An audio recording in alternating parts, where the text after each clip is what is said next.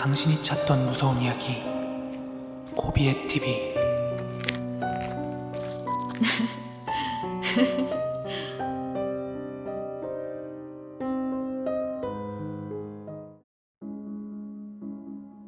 (2022년 3월 21일) 고비의 TV 공포라디오입니다. 정말로 소름 돋았던 제 실제 경험담을 하나 말씀드려보고자 합니다.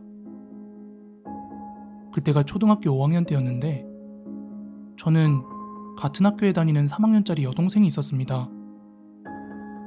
중학교에 들어가기 전까지는 집이 크지는 않아서 한 방에서 저와 동생 둘이 함께 생활을 했습니다. 방 구조는 창문 방향으로 각각 책상 한 개씩이 있었고 잠은 2층 침대에서 잤는데 제가 1층, 동생이 2층에서 잤습니다. 그렇게 여느 평범한 자매들과 크게 다를 것 없이 생활하던 중 동생이 이상해지기 시작한 것은 그해 여름부터였습니다. 워낙 더웠던 그해 여름, 에어컨이 거실에만 있어서 저희가 시원하게 자려면 방문을 열고 자야만 했거든요.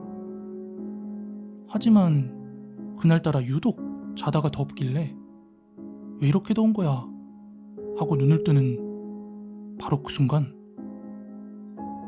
2층 침대 위에서 동생이 거꾸로 매달려 머리카락을 축 늘어뜨린 채로 저를 노려보고 있는 거예요.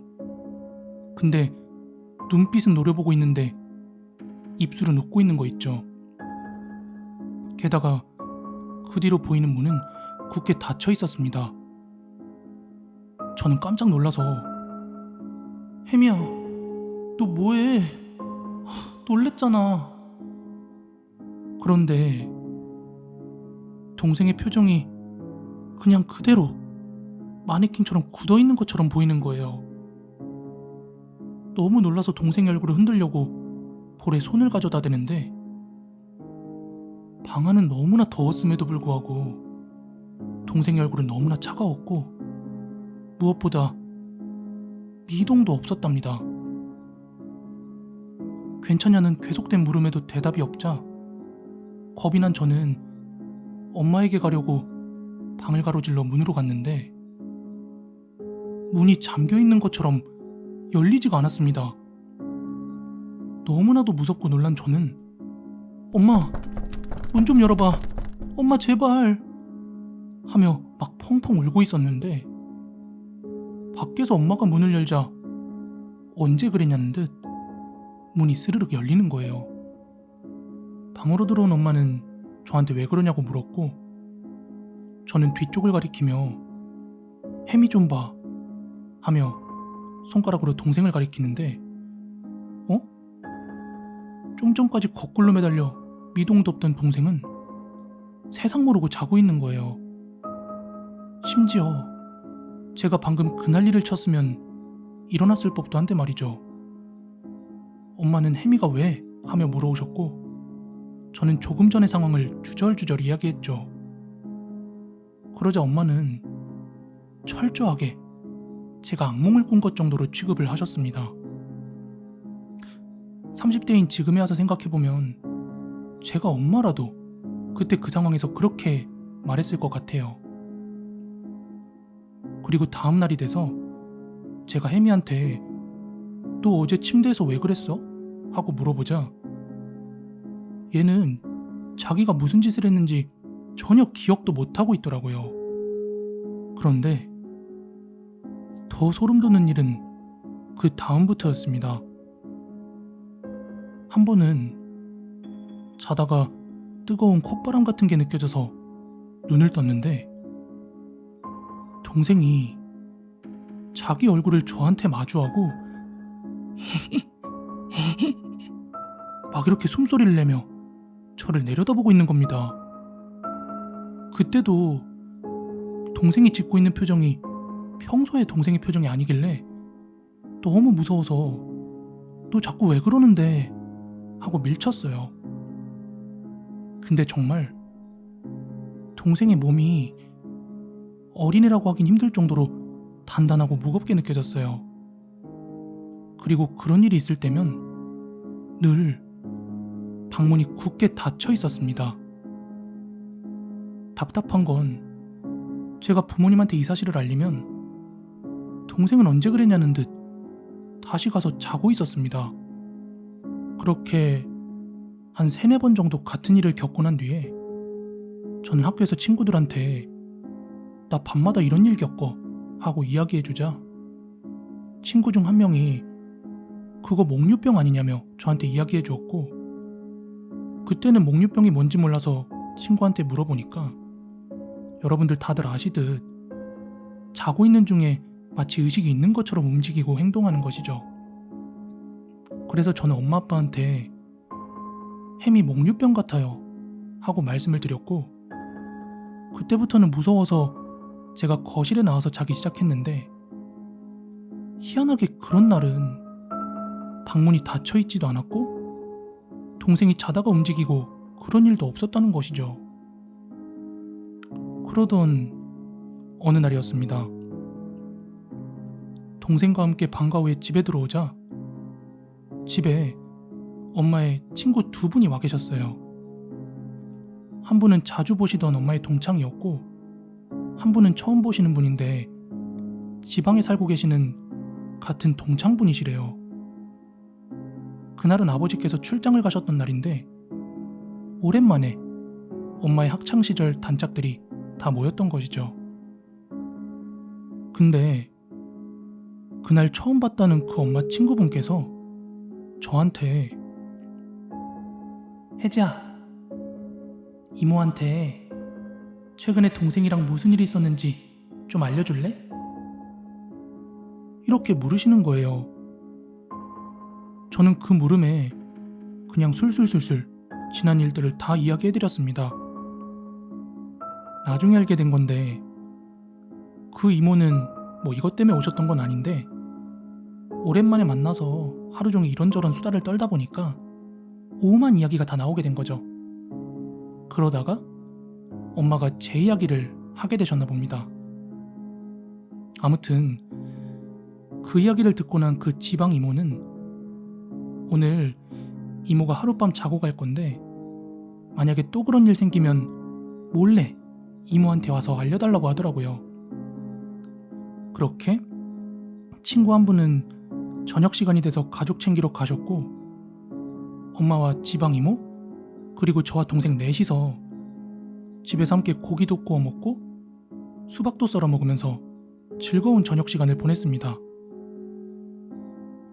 그리고 그날 밤이었어요. 한창 자다 말고 저녁에 먹었던 수박 탓인지 오줌이 마려워 잠에서 깼습니다.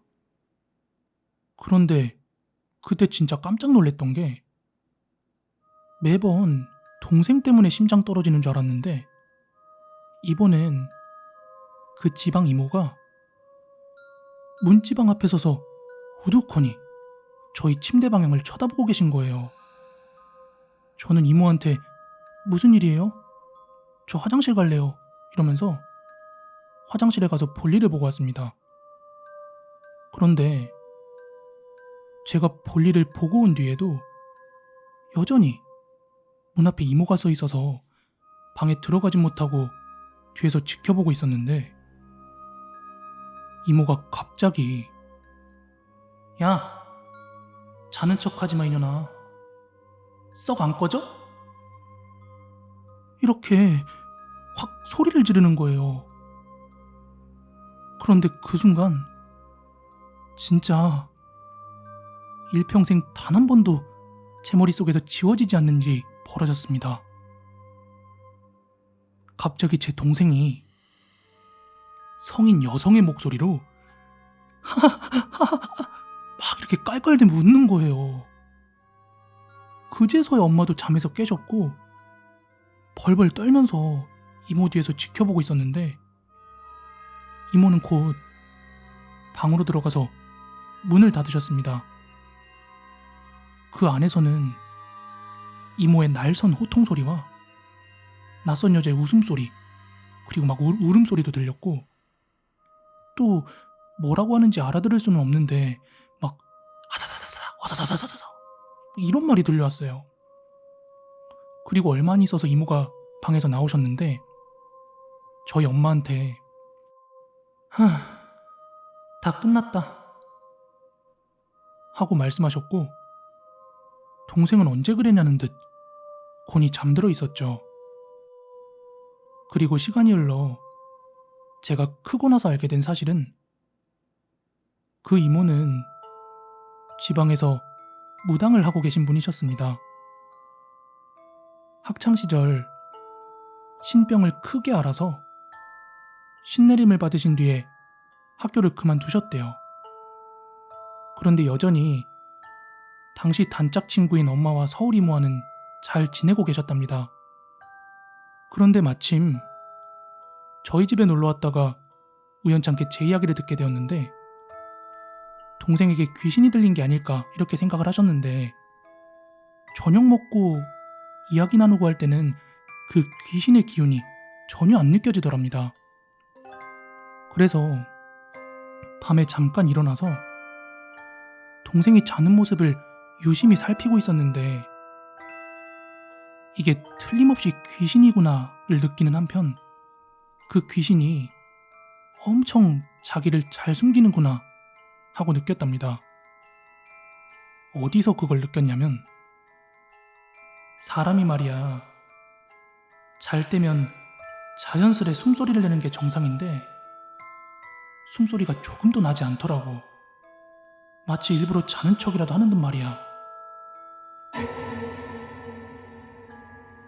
그래서 곧장 자는 척하지 말라고 소리를 치자 자신의 정체를 들킨 귀신이 막 깔깔거리며 웃었던 거래요. 다행히도 그 귀신이 막 기운이 세고 그런 귀신이 아니라서 이모가 그 자리에서 떼어낼 수가 있었는데 만약에 발견 못하고 오래 있었으면 어떻게 될지 몰랐을 것 같다고 하셨답니다. 그 귀신이 괜히 말도 육체도 미성숙한 어린애들한테 붙은 아주 질 나쁜 녀석이었대요. 그런 일이 있었다는 건 동생도 지금은 알고 있습니다. 하지만 그 밤사이에 무슨 일이 있었는지 초등학교 3학년의 몸으로 막 성인의 목소리를 냈던 것 이런 거 뭐 아무것도 기억은 못하고 있습니다. 오늘 준비한 무서운 이야기는 여기까지고요. 가시기 전에 좋아요, 구독하기 꼭 좀 한 번씩만 부탁드릴게요. 저는 내일 더 무서운 이야기로 찾아오도록 하겠습니다. 감사합니다.